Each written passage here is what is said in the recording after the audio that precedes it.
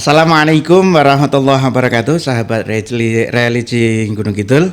Kita kembali lagi dalam podcast Bisaroh, bimbingan dan sapa rohani. Bersama saya Sukasti, dan kali ini kita akan bersama-sama berbincang-bincang dengan tamu istimewa kita. Beliau adalah Bapak Kiai Haji Khairun Ahmadi, yang sehari-hari beliau sebagai pengasuh pondok pesantren Nurul Quran. Assalamualaikum Pak Yai. Waalaikumsalam. Alhamdulillahirabbil alamin. Sehat selalu Pak Yai. Alhamdulillah sehat. Selamat datang Pak Yai di podcast kali ini. Mohon maaf seandainya hari ini agak sibuk, tapi harus menyibukkan diri. Menyempatkan diri ke sini untuk kegiatan kita di acara podcast kita. Pak Yai, kita ada unek-unek nih Pak Yai.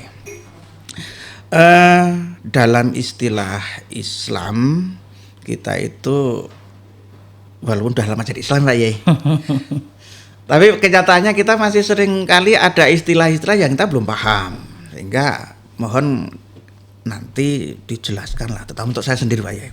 Maklum lah, kita perlu banyak belajar. Ada istilah khauf dan roja yang kadangkala ini untuk ungkapan, kalau nggak tahu kan lucu Pak ya, kalau kemudian diungkapkan kok nggak pas.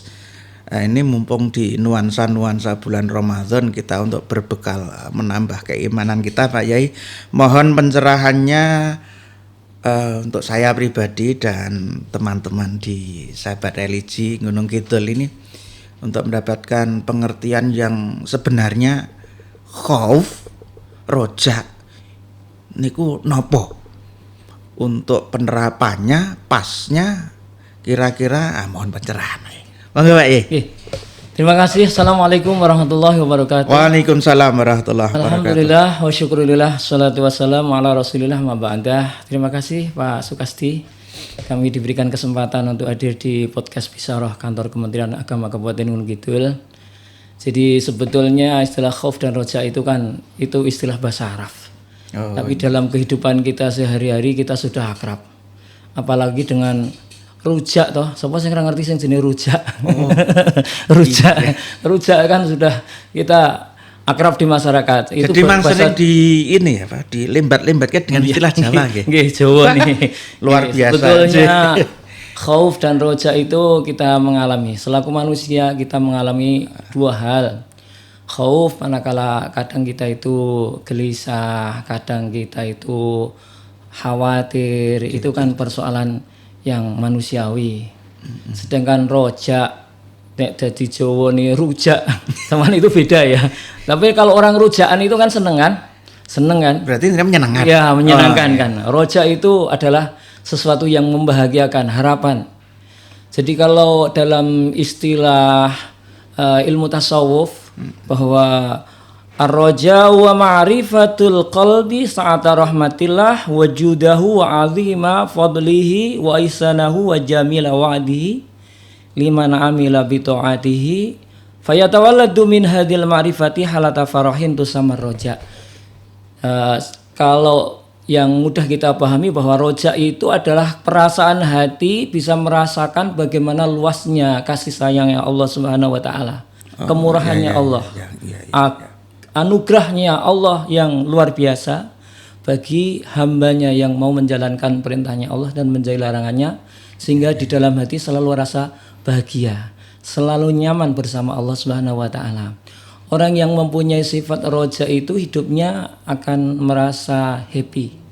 Karena yang dirasakan bahwa dalam kondisi apapun dia selalu mendapatkan nikmat. Dia selalu mendapatkan kasih sayang Allah Subhanahu wa taala. Meskipun kalau orang lain melihat, terkadang orang itu menderita ataupun sakit ataupun kekurangan, tapi yang dilihat oleh orang lain itu kelihatannya menderita atau kesakitan atau kekurangan, justru sebaliknya hatinya itu happy. Nah, itulah orang yang mempunyai sifat roja. Berarti optimis selalu Pak Yai. Selalu optimis, selalu melihat kenikmatan yang diberikan oleh Allah Subhanahu wa taala kepada hambanya. Tapi tidak cukup dengan rujaan tok Pak Kasih. Rujaan tok itu, karena dalam kehidupan manusia itu harus imbang, harus imbang. Kalau ada rasa happy, ada rasa bahagia, ada rasa optimis, tentu juga di dalam hatinya juga diimbangi dengan rasa kekhawatiran. Terkadang apa yang kita prediksikan akan sukses, yang kita rencanakan akan lancar, tapi realitanya kadang sebaliknya. Kalau orang itu tidak siap, inginnya itu sukses terus, tapi nanti suatu saat akan menemui kegagalan, maka juga nanti akan terjadi masalah. Maaf, Pak Yai, maaf. Yang kaitannya dengan ilmu dua istilah ini, berarti harus berjalan seiring, sejalan. Nah ini kalau tidak seiring jalan kan berarti kan akan ada masalah. Nah, abot Pak Yai. Ini ilmu tingkat tinggi masalahnya. Kalau ini kita jadikan cara untuk menata hidup, kayaknya belajarnya ya cukup lama Pak Yai. Ya, jadi kira-kira Pak Yai ini nanti untuk menuju roja ini bisa kita capai, roja ini bisa kita balancing, kita imbangkan dengan khaufnya. Ini kira-kira triknya biar kita bisa menyeimbangkan hati gimana Pak Yai? Jadi sebetulnya prinsip dalam hidup kita itu adalah prinsip keseimbangan Pak. Sebetulnya orang itu mau merasa dirinya itu bahagia, ataupun sebaliknya, itu sebetulnya hanya bagaimana kita memanage dalam hati kita. Namanya kalau istilahnya hakim kan manajemen kolbu kan. Iya betul. Bagaimana kita menyeimbangkan? Tentu yang pertama kalau kita itu mau mempunyai sifat roja, harus memahami dulu sebetulnya Tuhan kita Allah itu yang seperti apakah. Ketika kita hidup dalam keseharian kita, bahwa kita setiap memulai segala sesuatunya itu kan supaya diawali dengan bismillah. Betul, dengan menyebut nama Allah, bismillah. Allah itu mempunyai sifat Ar-Rahman. Allah itu memberikan kasih sayangnya itu tanpa batas, Yang beribadah dikasih rahmat, yang tidak beribadah juga dikasih rahmat. Nyata yang bekerja itu, yang mencari rezeki itu, yang sholat juga dikasih rezeki, yang tidak sholat juga dikasih rezeki. Itu kalau di dunia. Tapi rahimnya Allah itu hanya khusus untuk orang-orang yang takwa besok di akhirat.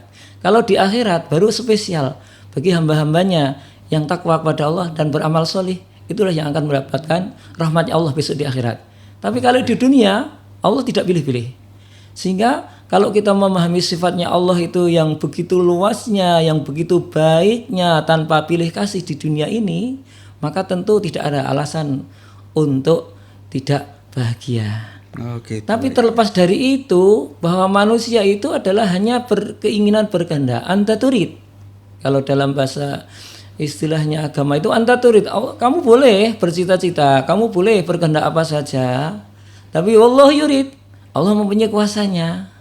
Dan tentunya kita hidup di dunia ini tidak semuanya akan mulus seperti yang kita rencanakan. Nah itu. Tapi ada koridor yang Allah berikan, bahwa man kana yarju liqa Allah falyamal amalan sholihah. Bahwa kalau orang itu kepengen sukses di dunia dan besok di akhirat, ada keinginan untuk bertemu Allah, mempertanggungjawabkan amalnya di sisi Allah Subhanahu wa taala, falyamal, maka berbuatlah amalan sholihah, dengan perbuatan yang baik. Artinya kalau orang itu melakukan kebaikan, fa insyaallah ada harapan yang cerah. Harapan di dunia dan besok di akhirat akan mendapatkan kebahagiaan. Seperti doa kita sehari-hari ketika kita ba'da sholat, itu kan ada doa sapu jagat. Sapu jagat itu adalah sebetulnya visi misi kita untuk bahagia dunia akhirat. Rabbana atina fid dunya hasanah wa fil akhirati hasanah. Ini adalah sifat roja, kesuksesan dunia dan akhirat. Terus yang tutupan yang terakhir adalah waqina adzabannar. Ini adalah khauf. Kita meskipun sudah berbuat baik, sudah melakukan amal soleh, tapi di balik itu semuanya adalah nanti Allah yang akan menentukan. Maka kita juga mohon perlindungan kepada Allah agar dijauhkan dari api neraka. kita ini puasa Ramadan. Janjinya Kanjeng Nabi, man shoma Ramadhana imanan wahtisaban, barang siapa yang puasa Ramadan dengan mengharapkan pahala, dengan mengharapkan ridhonya Allah Subhanahu wa taala, maka Allah akan mengampuni dosa-dosa kita. Betul sekali. Dengan berbuat baik ada harapan, tapi kita tidak boleh sombong. Semuanya sudah pasti. Artinya semuanya adalah kita bergantung pada rahmatnya Allah SWT. Mohon maaf Pak Yai. Ini saya agak ada pertanyaan Pak Yai. Yeah. Seandainya rojak ini lebih tinggi dibanding khaufnya atau dibalik, khaufnya itu lebih tinggi dibanding sifat rojak. Kira-kira yang terjadi gimana ini Pak Yai? Jadi untuk khauf dan rojak itu bagi seorang yang beriman itu bagaikan sayap burung. Pasangan. Iya, pasangan yang tentu timbangannya, ukurannya itu harus sama. Imbang. Iya, imbang. Manakala rojaknya terlalu tinggi, kalau tidak diberi dengan ilmu, maka akan mudah melakukan maksiat. Wah, ora poso, ora poso, ora salat yo. Kalau ora salat ora ngopo-ngopo, Gusti Allah ki moho pengampun kan? Sehingga kita cenderung kalau rojaknya itu tidak balance dengan khauf, maka mudah mengabaikan perintah dan melanggar larangan. Berarti sudah harus balance antara rojak dengan khauf. Tidak boleh ditinggalkan salah satu atau malah ditinggal sama sekali. Alhamdulillah Pak Yai. Rada plong kula.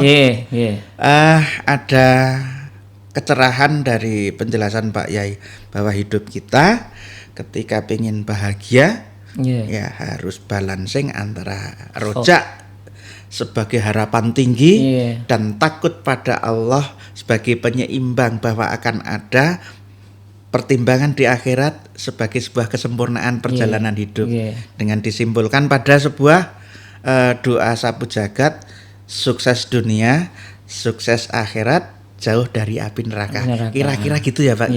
Alhamdulillah. Ayem. Semoga dari teman-teman kita yang ada di Sahabat Religi Gunung Kidul, apa yang disampaikan Pak Yai ini menjadikan satu wahana pencerahan hati. Terima kasih Pak Yai atas rawuhipun di podcast hari ini. Semoga banyak manfaat bagi kita dan satu saat akan kita undang kembali untuk bersama-sama. Amin. Sahabat Religi Gunung Kidul, terima kasih atas perhatiannya.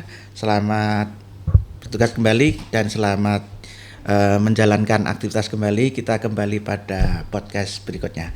Assalamualaikum warahmatullahi wabarakatuh. Terima kasih Pak Yai. Semoga sehat selalu. Amin.